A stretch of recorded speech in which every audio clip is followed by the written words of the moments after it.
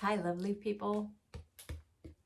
So you might have heard I'll be teaching at the fluidart experience in November, Dallas. I just want to give you a short overview of my classes. If you want to learn how to swipe using the bloom recipe, your girl, that's me. I will offer beginners classes, obviously, from mixing ingredients, consistency, everything you have to think about, why this actually works. Some people are interested in that. I will be teaching a compositioning class where we cover the fundamentals of composition, like the rule of thirds, the golden ratio, how to create more depth to a painting. We'll do that in theory, and we'll do that with a negative space swipe. So you will basically learn how to put a swipe on your canvas all the way down there and get it all the way back up. Of course, I will show you how to scoop and drag, and also how to do transfer swipes. This would be an intermediate class too. You kinda need a little bit of experience with swiping, but you can always book the beginners class and then go to any of my other classes. You should be fine, and I'm there to help. The last class, I think it's perfect to slide out of the weekend, having painted 4 days, and then do an experimental class. So I would love to see what creative ideas you have, and we will work together to make it work. So if you already have an idea, what you always wanted to try, like use your forehead to swipe, or your elbow. If you have ingredients that you would like to add to the bloom recipe, anything, bring the idea with you and let's create something new. We're there to inspire each other and maybe have crazy ideas and take some really nice paintings home. Check out all the classes of all the other people. You can combine them, you can do whatever you like. You can just book mine. It's absolutely okay. I will show you now how I mix my paints and give you a short overview of how this technique works. And then we can dive in together in Dallas. I am in California. I'm pretty limited in the ingredients because California has lots of health laws that doesn't allow you to sell the real toxic stuff. Totally fine with that, as long as I can find something that works. What works for me as the base, the pillow paint, is house paint, Glidden Essentials. I get that from Home Depot. And I've heard before that if you're somewhere else in the country, get the same stuff, it might not be the same. It could be thinner, it could be thicker. Same with the PPG Multi-Pro, that works for a lot of people. Also Home Depot. It doesn't work for me in California. It's way too thin. While on the East Coast, it seems to be the right consistency. So just a heads up, if you're starting out and even you are buying the stuff that I use, that doesn't mean that it's gonna work for you. Sorry to say, but this technique is very special. It's very personal. It is not only the brand and the type of paint, it's also your circumstances. How warm is it? How humid is it? One thing is important to understand, how this whole thing works. We will get into that in my workshops, and I'm gonna give you an overview right now. So the bloom technique, or sheleeart, is consistency based. You don't need anything but your paints and the stuff that I'm going to tell you you're gonna need no silicone, no alcohol, no oils, just physics. Yes, it's physics, not magic. You start with 3 paint types. One I already showed you, that's my white pillow paint, a thick but runny paint. Back to the magic. A thick layer of your pillow paint. On top of that, you have your colors. Those are mixed with your pouring medium. Your pouring medium is house paint again, but the untinted version mixed with a gloss varnish. So the theory is your composition will lay on your pillow and not sink down, lay on top of it. You paint on the surface of your house paint. Your house paint acts as a slider, as a thing where your composition lays on top and is able to spread around. So you're gonna be able to move your composition in class, and to make your cells bigger. Back to the point.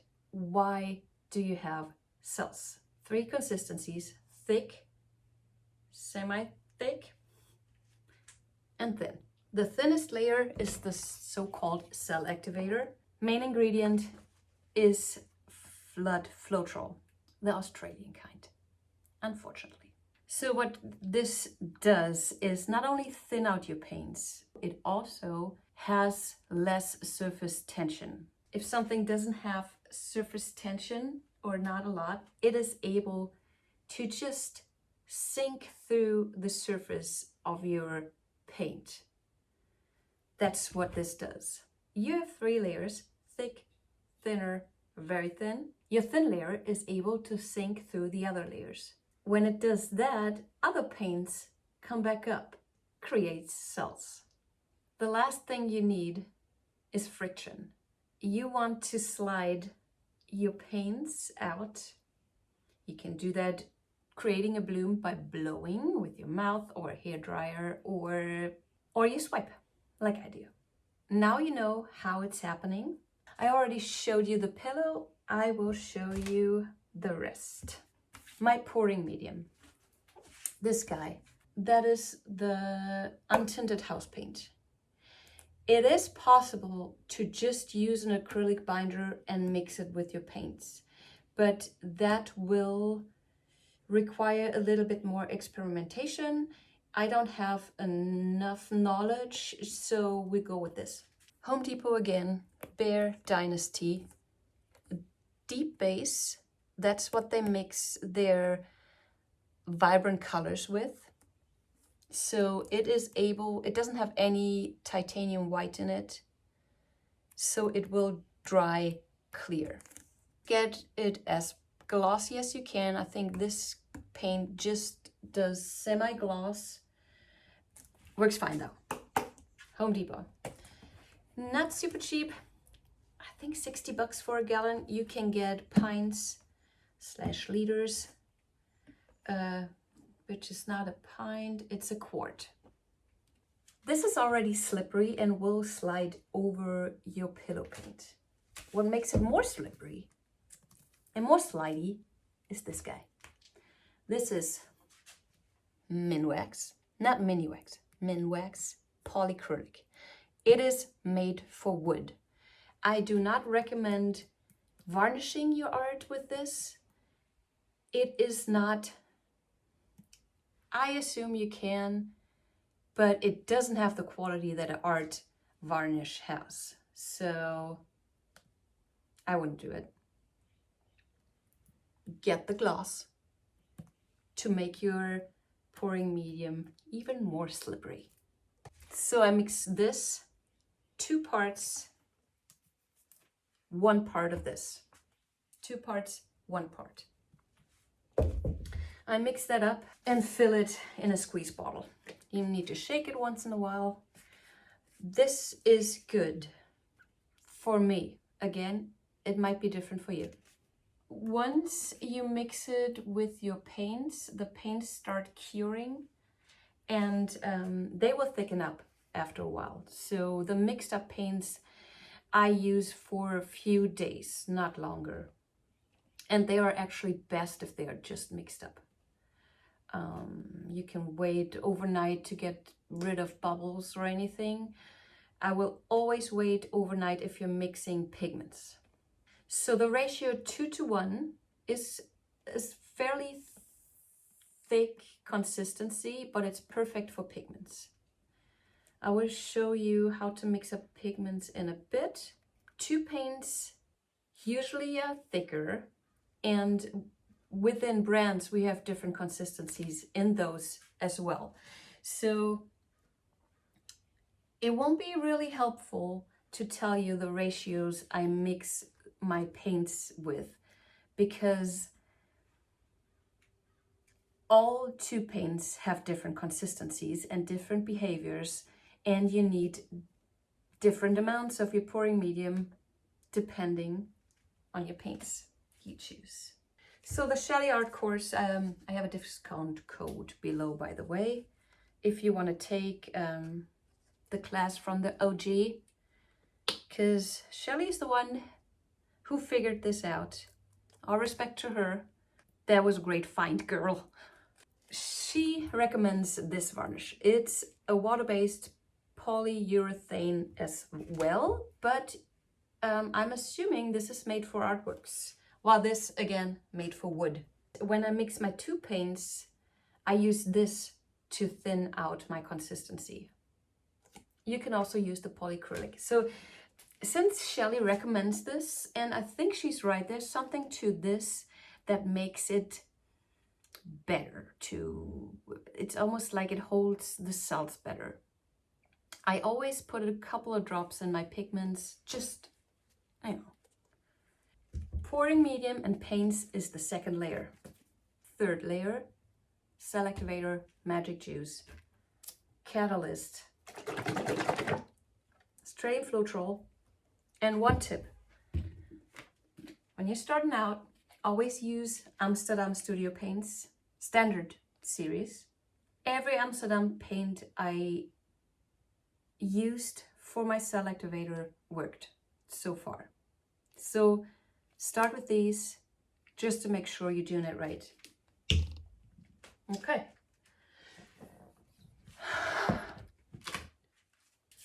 Let me get you down and we do some mixing. All right, guys. Okay, I will mix with you a cell activator, a tube paint, and a pigment, a mica pigment. I want to include, those are not pure pigments that you will find in your tube paints. Those are, mica pigments are reflective. You find it in deserts, it's ground up, considered not toxic, but you still do not want to breathe it in. Just saying. So I'm gonna use Mermaid. Love me some Mermaid. Some Southern Ocean Blue. And a black cell activator. Let's start with our paints first.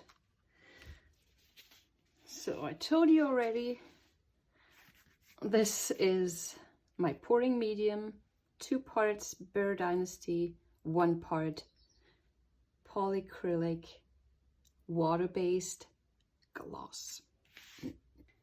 Like I told you before, I will eyeball it.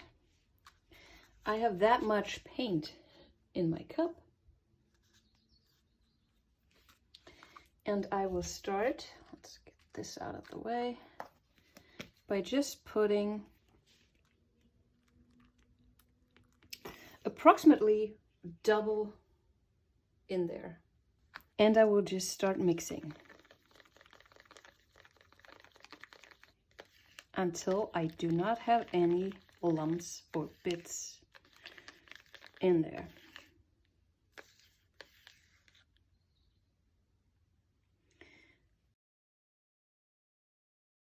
So swiping is pretty forgiving, The consistency matters, but not as much as it does when you're blooming. And I hope you can see that. The amount of my drizzled paint will disappear in like, that was like 5 seconds. I will add a little more.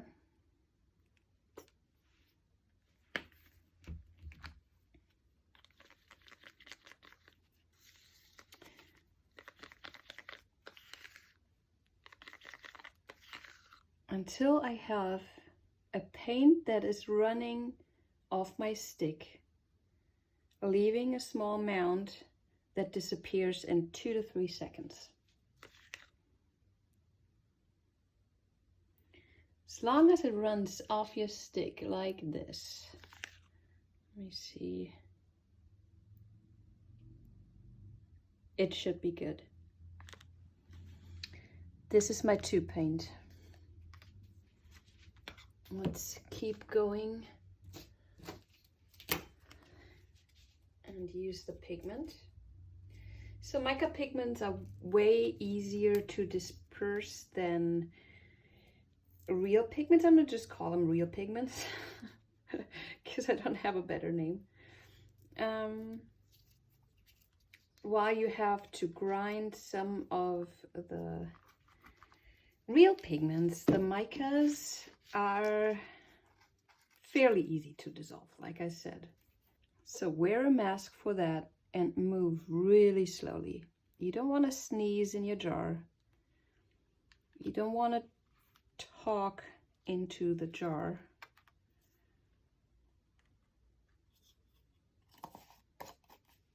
Close it carefully. Don't make too much wind. I will start with just a little bit of my pouring medium. A little bit would be maybe that much. It is like, if you're familiar with baking, if you make a dough that is too thick, it's easy to thin it out. But if you have, for example, a pancake batter that is too thin, it's almost impossible to thicken it up. That's why I use just a little bit, and I real carefully fold it in until you have a thick paste.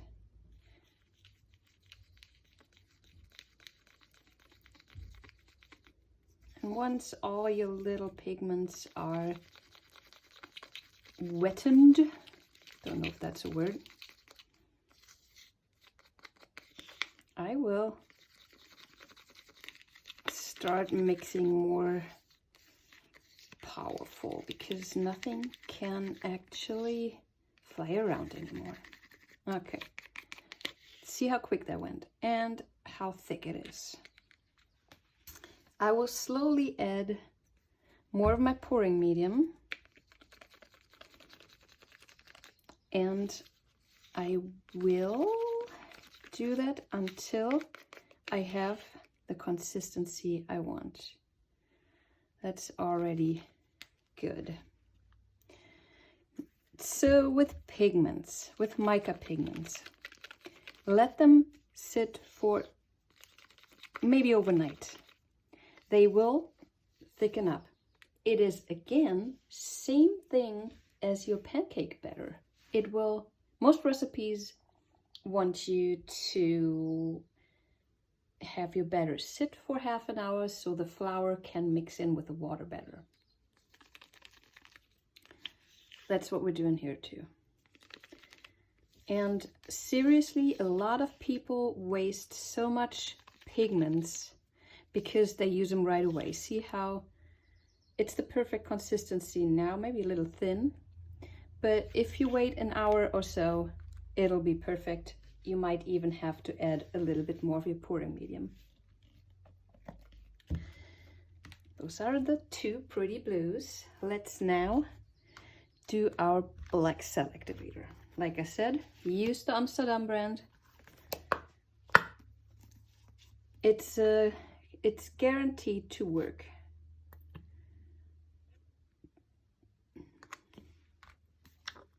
That's how much I put in. Always shake your Australian Floetrol. Always.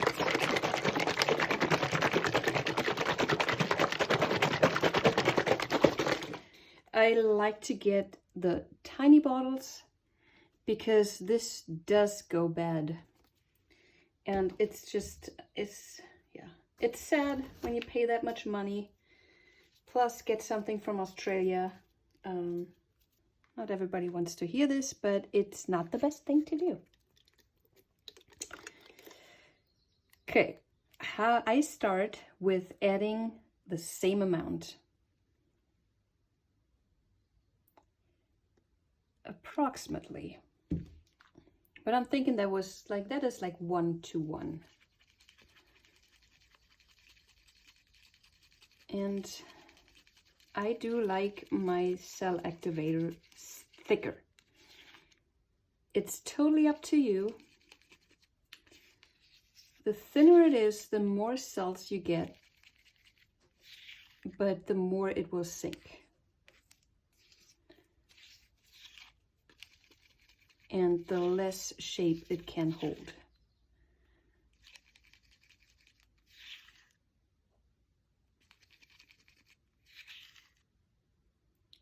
And when you drizzle it off your stick, it creates a mound, but that disappears right away. So with the almost 1:1, it does the same thing when it's, let's say, 2:1.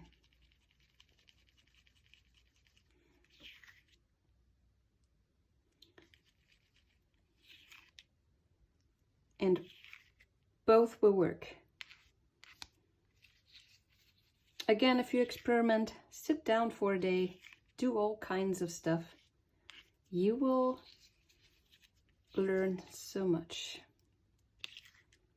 Okay, so it drizzles down like more like warm honey or maple syrup maybe. And it disappears right away. That's what you want. Another trick how you can see if your cell activator works is this one. I'm going to use a white one so you can see the effect better. So see my stick here. I will swipe some off. And do you see that?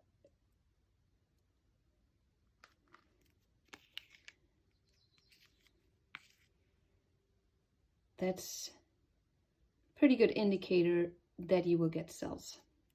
And also it will repel from the sides of your container.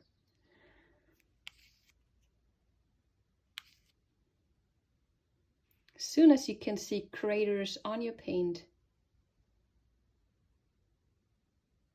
that's what you want to use. All right. Let me show you a really quick, not spectacular swipe to prove that what I just showed you works. Just a small MDF coaster-sized substrate. So every time you start painting, reassure yourself the consistency is right. You can almost tell that this one not only has a blob in it, but also got a little thicker. See how the mound doesn't disappear anymore? So I will add just a little bit more. And don't worry, there is no exact consistency that is right. Make sure that your pouring medium paints have the right consistency, the same consistency, and make sure that it is runny. I will add some of the JoSonja, just because I told you I would.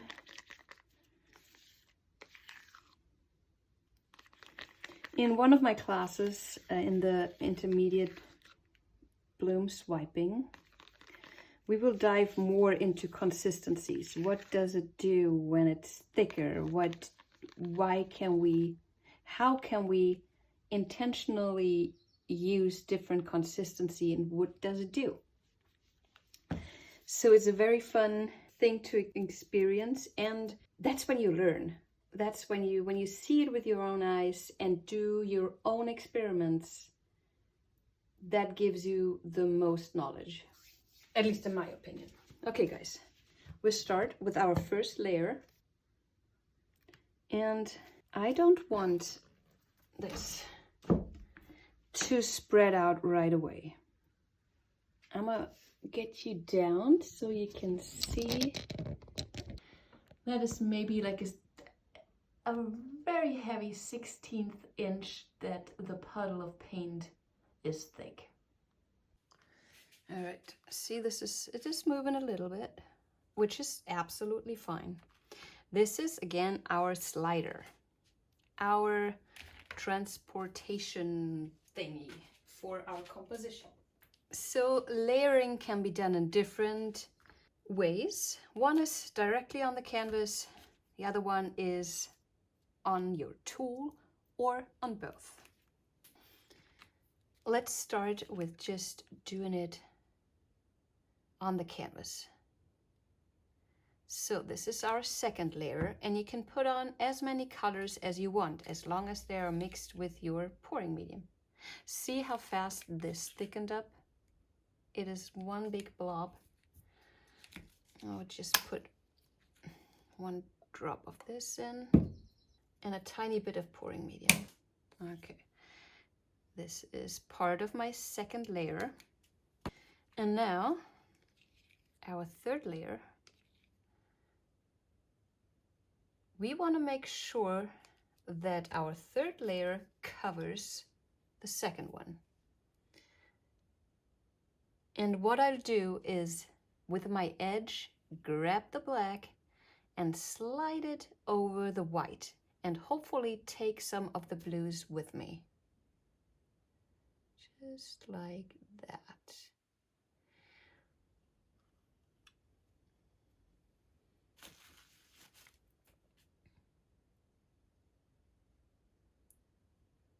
I was a little bit too deep there. Experiment. Try things out. That's how you learn. And this is the compositioning. This is what I dedicated a whole class about, because it is not just covering your canvas.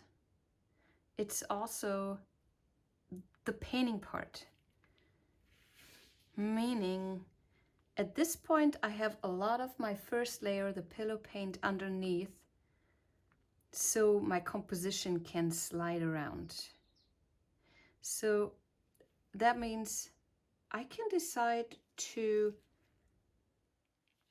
leave things that I like better than others, or get rid of other parts that I don't like. On a small canvas like that, I just cover everything first, then see how much pillow paint I have left over, because I don't want wonky cells.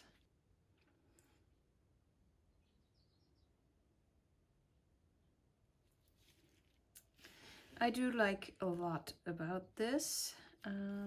Not so much this, Karen would say, bikini corners. And also the lines are getting a little bit thin there. That's all personal preference. I know that. Don't forget that you have to get rid of the paint. So many times it happens to me that I like a composition halfway through, but I can't keep it because there's so much paint underneath. You have to get rid of most of your paint to make sure that it will dry properly.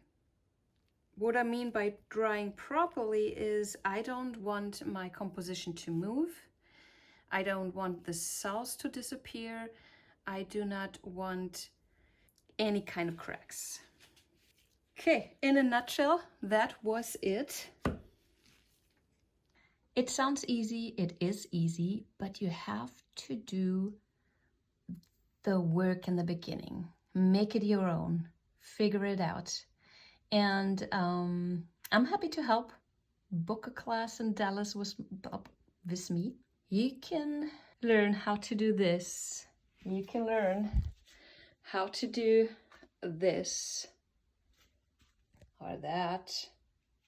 Maybe that. Definitely that. And I finally get to see you, which would be so great. Thanks for tuning in, and I hope you stop by again. Until then, bye-bye.